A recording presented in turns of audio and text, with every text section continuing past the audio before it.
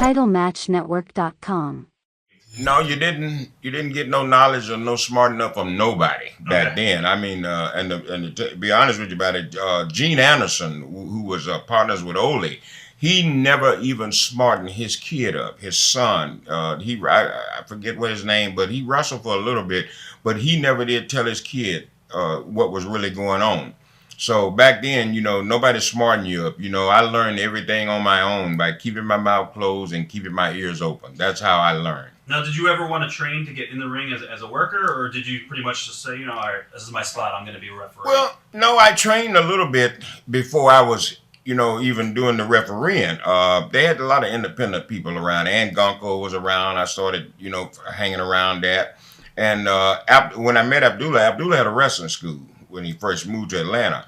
Well, I went to Abdullah's wrestling school, so I got in the ring there with Abdullah a while. And back then, there were no mats, that you put around the ring. So when Abdullah would slam you, he'd slam you on the concrete floor. So he didn't care, he just loved pain. He loved hurting people.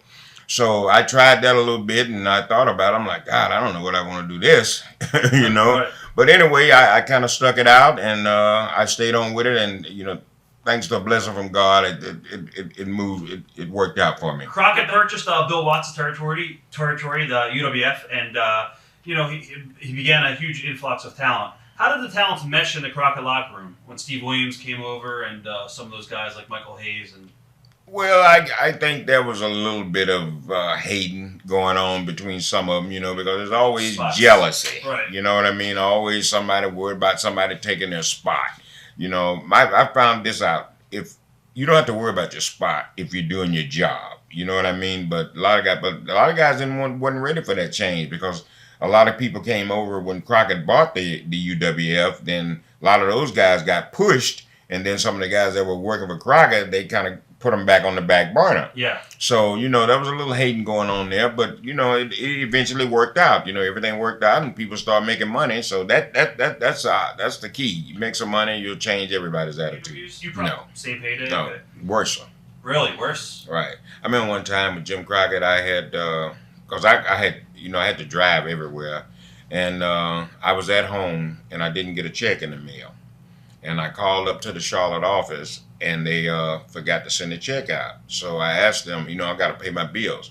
So I called the Charlotte office and I asked about, them sending my check.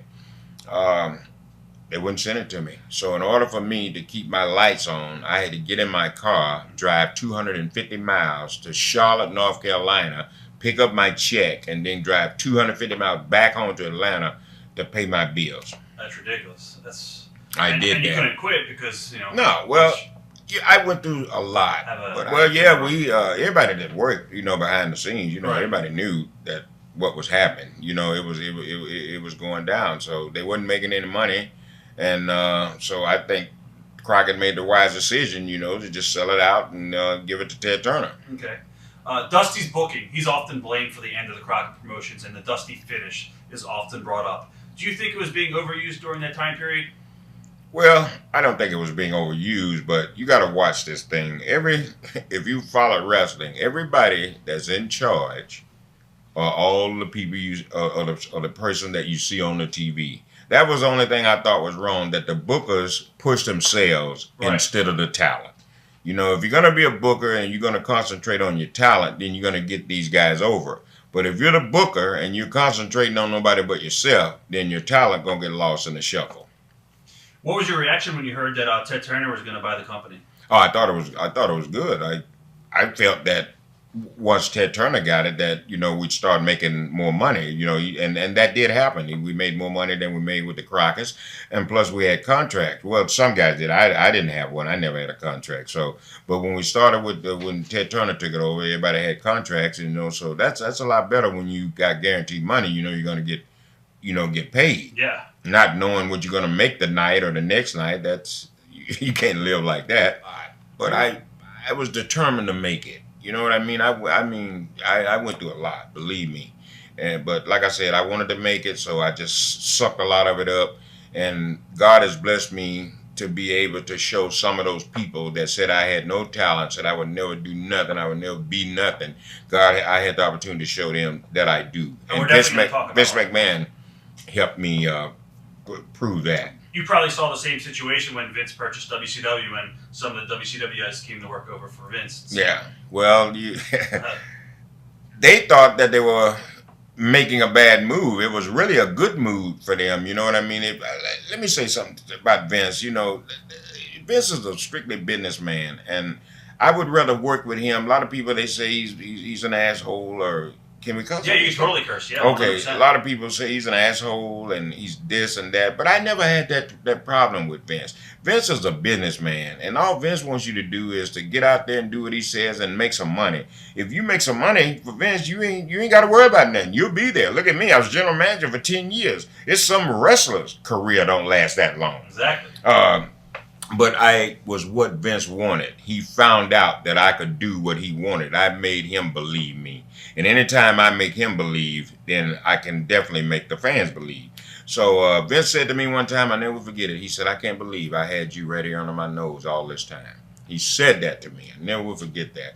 And I just went on from there. How did the company change when Dusty came back at the helm? It changed a lot. Dusty's got a great mind for this business. I mean, real good. I mean, he's absolutely great.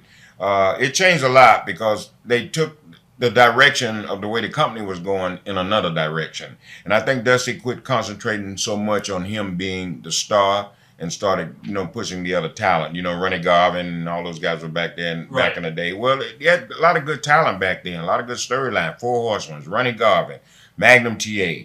You got Ivan Koloff, you got Nikita, you got Paul Jones, you got you got everybody in the world there, all your top stars. So it was good. Dusty did a good job. TitleMatchNetwork.com